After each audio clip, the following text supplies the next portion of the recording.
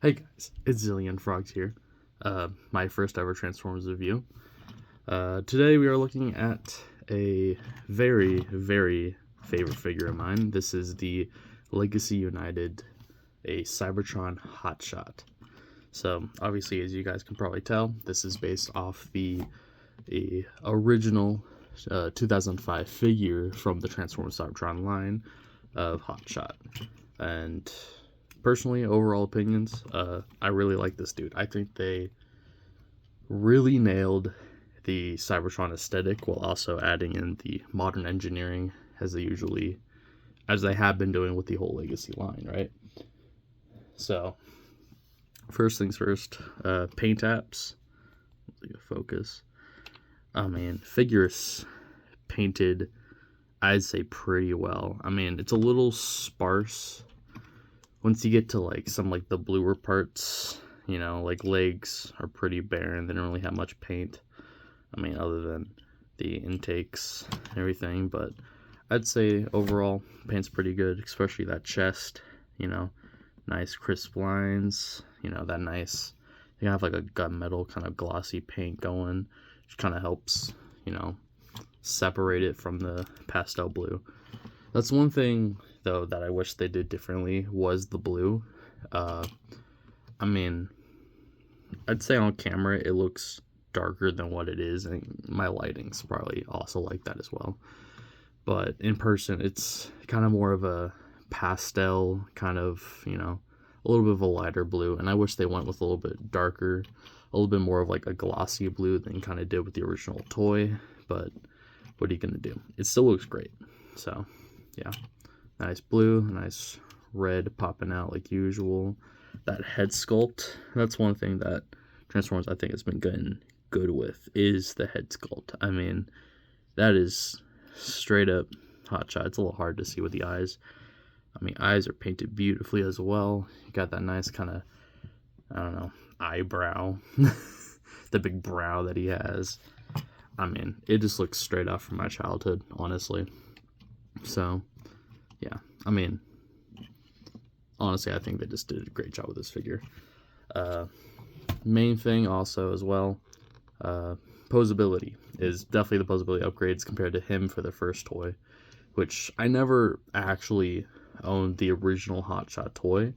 I used to own Red Excellion, I believe that's what his name is, which was kind of the repaint of this guy with with kind of the hot rod colors. But yeah, so posability, got ball joint heads, or in the head. This part doesn't move, that's for the transformation, but full swivel in the arms, which is a little limited by his backpack, except you can kind of untie the backpack and move it to get it like that, but that just looks weird, so we're going to keep it there. Have not so much out in the arms. I mean, it's just, I believe, yeah, it's just how the sculpting is with this.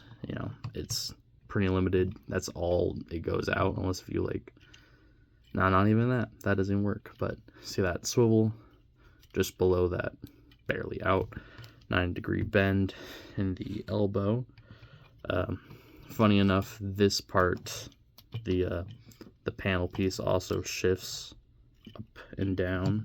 If that will focus. But yeah, so that shifts. You can see there's also a swivel in the hand right there.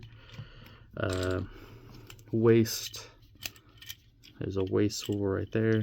Gets 360, really nice.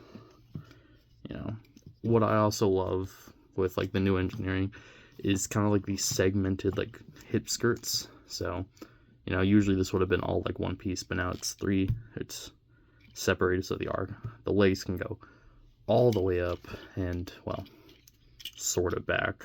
I mean, backpack issues, that's one thing this guy has, but it's kind of like a cape. It's an iconic part in his design.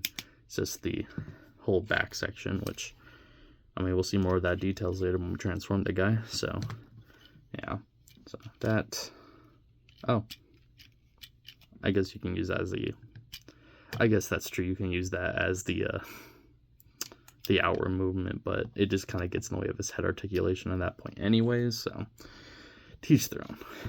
But out in the kick, nice thigh swivel right there, 90-degree bend just below, and of course the beautiful ankle pivot, which I always love. There's also a little bit of like a toe bend right there, but that's just for transformation. Overall, lovely figure, lovely dude. He does come with his nice translucent blaster, just like his original toy, except this one does not fire a missile, as they have never been done in the past. What? It's been since Siege? I mean, it was before Siege, actually, is when they just stopped doing that. Oh well, I'm fine with it. I like to just pose these guys anyways.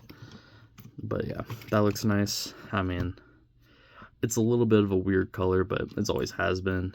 I sadly do not have his Cyberplanet key that he came with. I'll show it up on the picture if I can.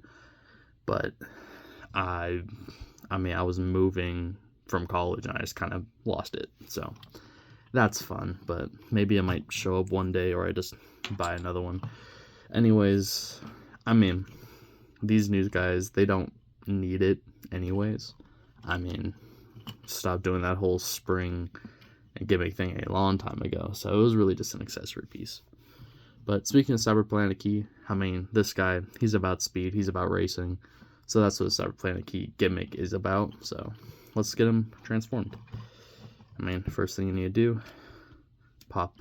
I mean, there's this panel right here that goes behind the head that you just take off, fold that down, you rotate his whole back assembly. Nice. And what I like about this one is that his head actually tucks in. The original one, the shoulders had like the notch cut in, so he just folded up over his head, but you can still see his head, so it gives him a bit more of like fuller shoulders, which is nice. But yeah, so take the shoulders, hold them up, peg them both in like so. Now next we're just going to come to the legs, which big old slab of car, right? So we can take the ankle pivot, fold the feet into, or fold the toes into the rest of the feet like that. Gonna pop open these panels like so, and then I'm gonna accordion in the legs on the double hinge, which ever since Combiner Wars, I think that's just been a much better than just the simple pull out the legs. Now we just need to get, so backpack was like that. There's a other hinge that you can fold that down so that the swivel will be pointing upward than what it was, so we can plug in the back like so. Take the arms, and the arms are a little difficult because you have to make sure the panels, since they're on the, you gotta make sure that they're kind of straight with the rest of the arm, and just kind of finagle these pegs into this kind of slot right here. And so it could be a little difficult, but not too bad. So make sure everything's tight, fold down the canopy like so, and there you have his lovely sports car mode. And sports car wise, I think this is one of my favorites that they've done. It's just the nice futuristic sports car. I mean, it looks sleek, it looks nice. I mean, again, wish the blue was a little better, but what can you do? Rolls nicely. I mean, this guy actually has pinned wheels on, at least the front wheels. The back one's kind of like the, I don't know what to call it, but it's like, you know, when they're just like the plastic wheels that they slot and kind of like snap into like the cavity, which that's what they have been doing, and it's been working. But I mean, pinned wheels are just so much better. There's a reason why Hot Wheels does it, right?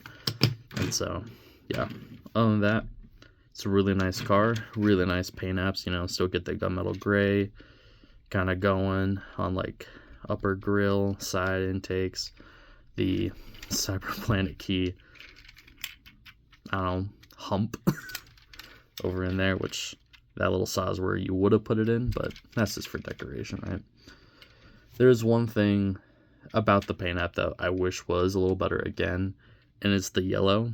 The yellow looks, I mean, it still looks good, but it just looks a little faded because, I mean, they definitely printed this paint on instead of just like naturally painting it.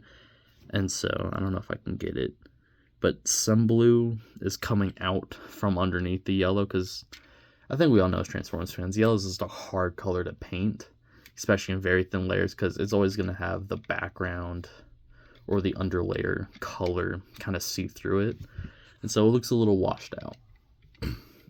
But other than that, it's great. It's a nice, fun car, you know, really nothing to say, except for you see these little red pieces. You can kind of fold them out, just get your fingernail in. There's a little notch. You can see, so you just get your fingernail, and boom. Now you can go supersonic, like you did in the cartoon. And that, I mean, it's nothing too interesting, you know. It's not as cool than having like the actual spring mechanism when you put in the key and you go whoosh. But I'm still glad that they actually keep the functions of the Cyberplanet key in the toy still. You know, this guy, Armada Starscream, which I don't have, or not Armada Starscream, sorry. I mean, that one has two, but Cybertron Starscream, which I also really want. I don't have him yet, but I am wanting to get him. So it's nice to keep the functionality, you know, you can go on there, which is really fun. You can keep, of course, the classic gun on top, which, I mean, that's not as aerodynamic, so I just tend to like leave it off. But yeah, I mean, fun car mode. So that's pretty much it, guys. I mean, would I recommend you pick them up?